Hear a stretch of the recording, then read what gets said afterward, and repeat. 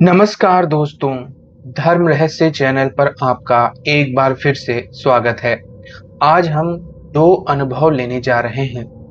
पहले अनुभव में हम एक लालटेन वाली आत्मा के विषय में जानेंगे और दूसरे अनुभव में हम एक ऐसे साधु के विषय में जानेंगे जो कि विशेष प्रकार के सिद्धियों से सम्मिलित थे और उन्होंने उसका प्रदर्शन किया था। तो चलिए पढ़ते हैं इन दोनों पत्रों को और जानते हैं इन अनुभवों के विषय में।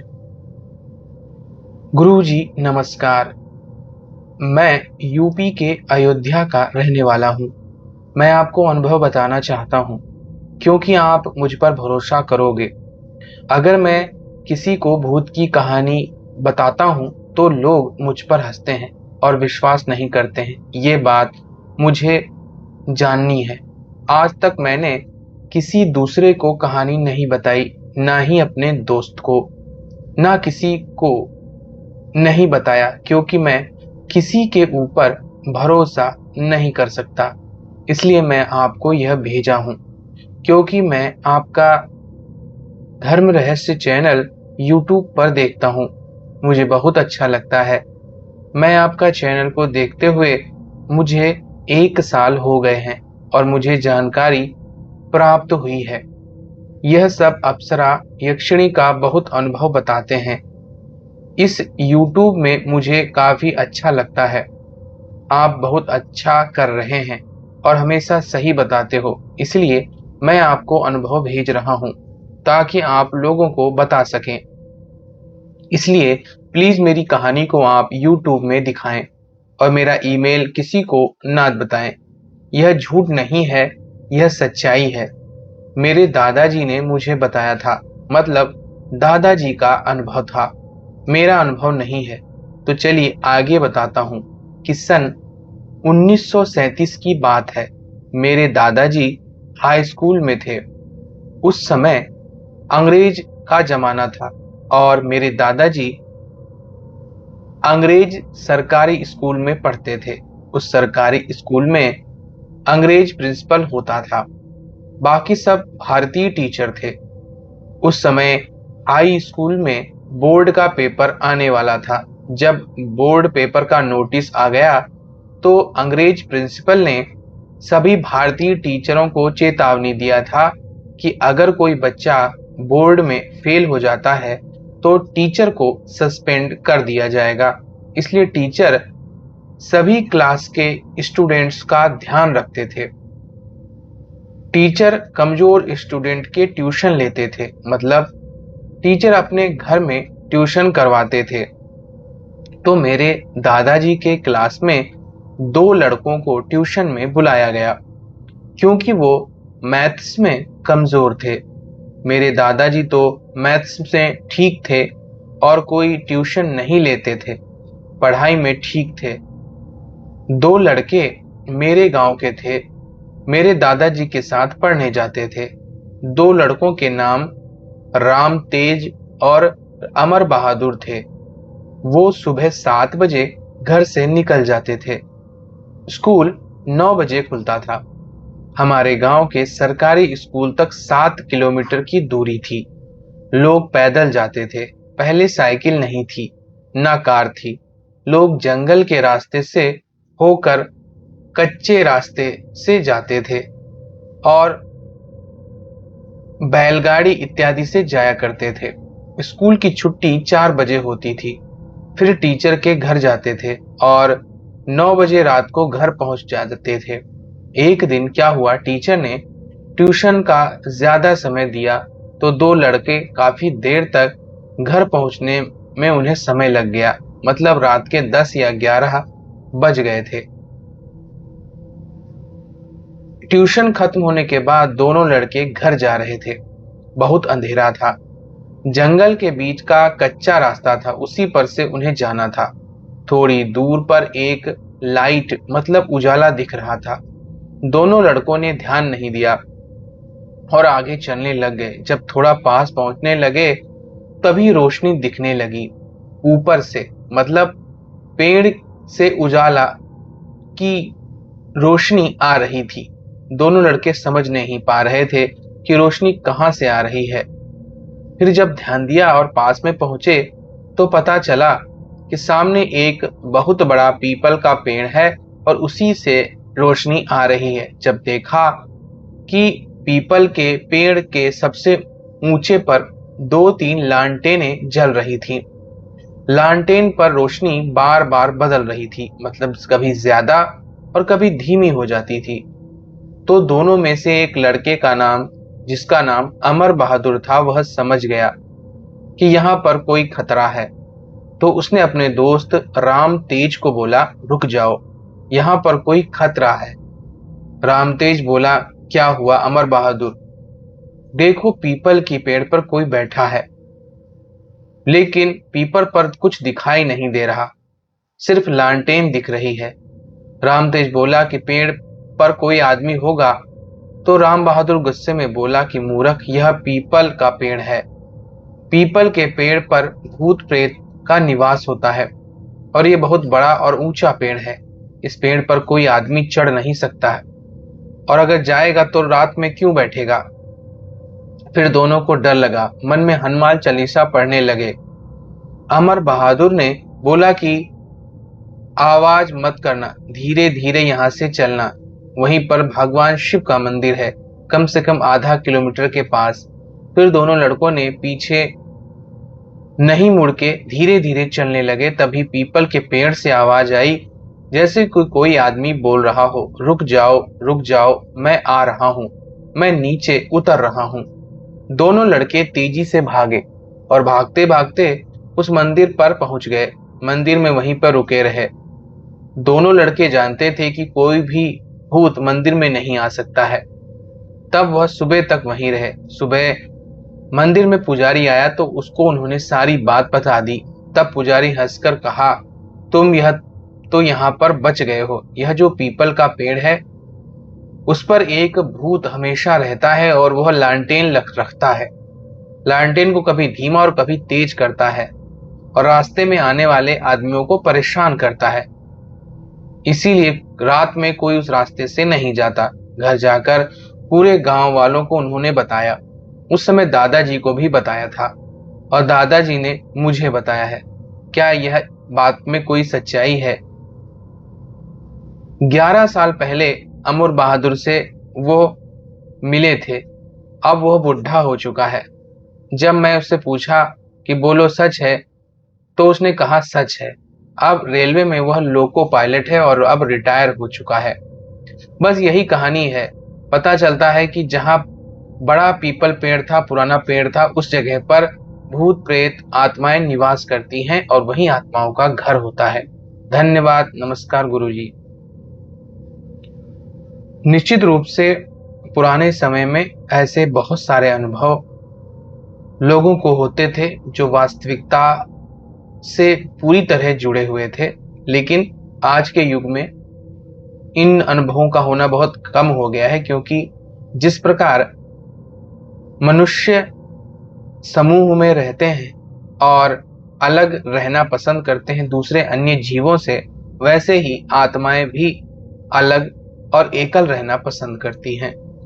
इसलिए अब भूत प्रेतों का दिखना बहुत कम हो गया है और केवल अत्यंत सुनसान जगहों पर ही भूत प्रेत इत्यादि आत्माएं दिखती हैं।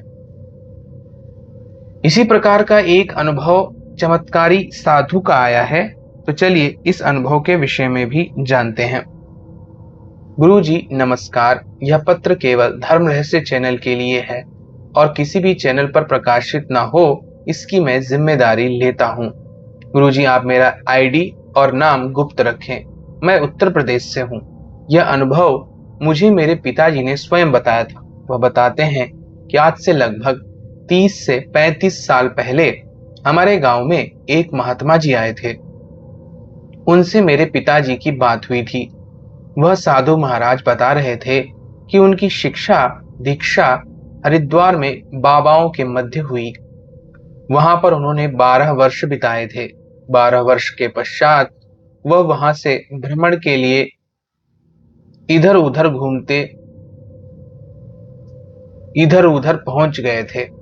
तभी उन्होंने देखा कि दो और साधु लोग वहां पर खिचड़ी बना रहे हैं। फिर इन साधु महाराज ने उनसे कहा, आप यहाँ कैसे हो? तो उन दो साधु महाराज ने कहा, हम यहाँ पर भ्रमण करने आए हैं। तो इन्होंने कहा, ठीक है। फिर इन साधु महाराज ने कहा, हम इस जंगल में अर्थात वन में घूमने के लिए आगे जाना चाहते हैं।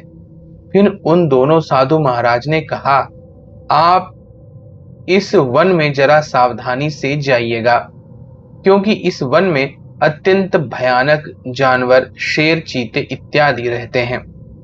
फिर इन साधु महाराज ने कहा, ठीक है। और इतना बोलकर साधु महाराज उस जंगल में अंदर की तरफ चल दिए। चलते चलते उन्हें उस जंगल में जानवर ही जानवर दिखाई पड़ रहे थे। और अचरज की बात यह थी कि उन जानवरों के बीच एक बकरी भी इन्हें आगे मालूम पड़ी। इन साधु महाराज ने सोचा कि किसी चरवाहे की यह बकरी इस जंगल में रह गई है, और इन्होंने सोचा कि मैं इस बकरी के पीछे पीछे चलता हूं। और यह बकरी के पीछे पीछे चल दिए।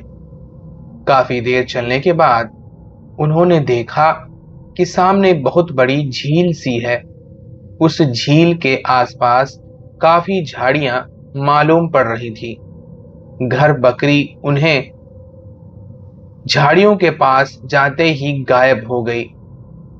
वहां झाड़ी के पास साधु महाराज को पहुंचते ही दिखता है कि वहां पर एक खिड़की मालूम पड़ी।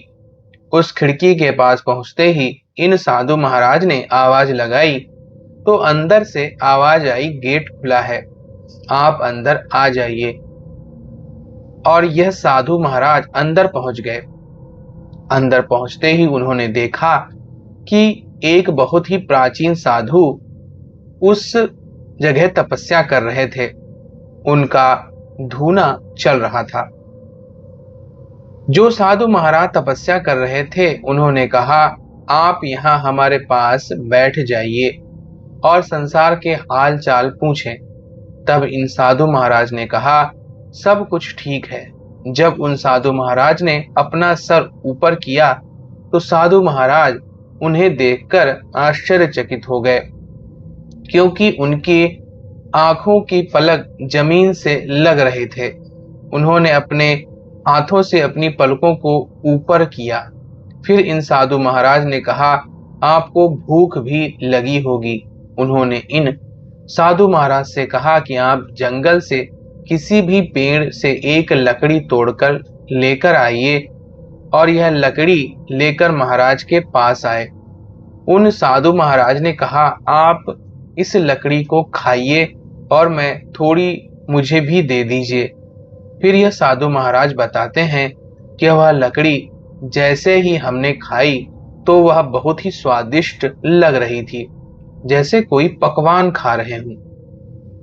उनमें से थोड़ी उन साधु महाराज को भी दी। साधु महाराज ने कहा कि अब आपको प्यास भी लग रही होगी।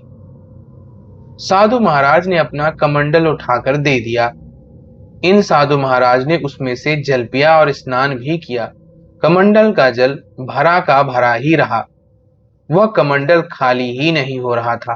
फिर यह दोनों साधु महाराज बैठकर रात भर बातें कर रहे थे, और सुबह होते ही इन साधु महाराज ने कहा कि महाराज इस जंगल में भ्रमण करना चाहते हैं। तो उन साधु महाराज ने कहा, आप निश्चिंत होकर भ्रमण कीजिए, क्योंकि इस जंगल में सब अपना ही परिवार रहता है। यह साधु महाराज उनसे आज्ञा लेकर उस जंगल में भ्रमण के लिए निकल पड़े। जहां जहां वह उस जंगल में भ्रमण करते, वहां उन्हें बाबा लोगों की धूनी जलती नजर आती और उनकी हड्डियों के ढेर नजर आते। जैसे ही यह महात्मा जी वहां पहुंचते तो उन हड्डियों में से महात्मा अपना शरीर धारण कर क्षण मात्र में इनसे भेंट और वार्ता करते और उनसे पूछते कि संसार के क्या हाल चाल हैं।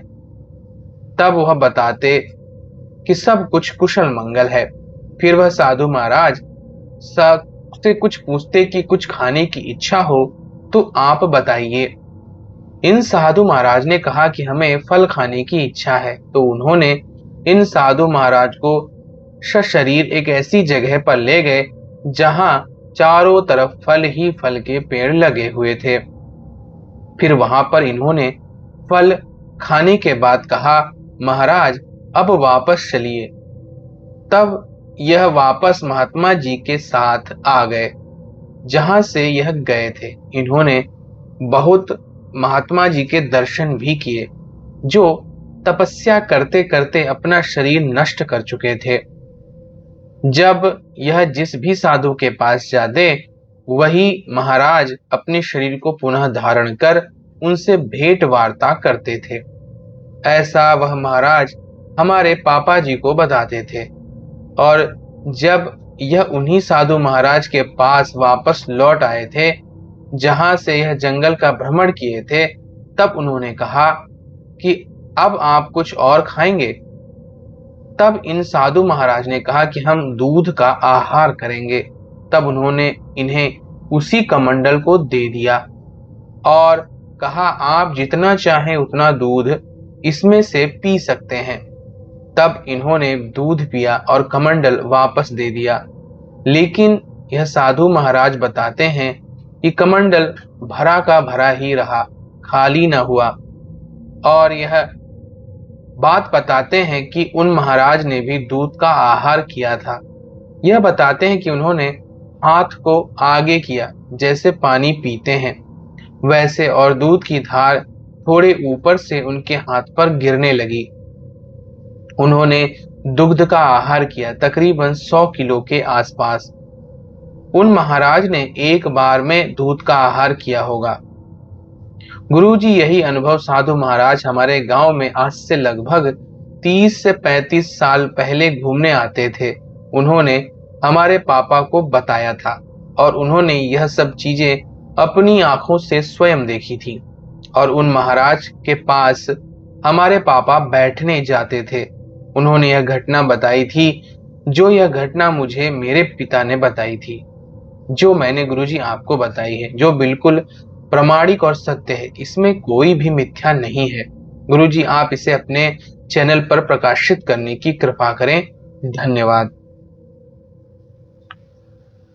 तो देखिए, यहाँ पर जिन साधु महाराज से इनका संपर्क हुआ वह साधु सिद्ध लोक जाने का रास्ता जान गए थे, जहां पर सिद्ध संत लोग विराजित होते हैं। तो जिस बकरी के माध्यम से उन्होंने उस रहस्यमयी सिद्ध लोक की यात्रा की थी, जिसके अंदर जाकर उन्होंने जाना कि आत्मा सदैव अमर रहती है, सिर्फ शरीर नाश होता है और हड्डियों के रूप में केवल उन साधुओं का शरीर नष्ट हुआ था, लेकिन उनकी आत्मा आज भी तपस्या, पूजन इत्यादि कर रही है। इसीलिए वह सारा क्षेत्र ही सिद्ध है।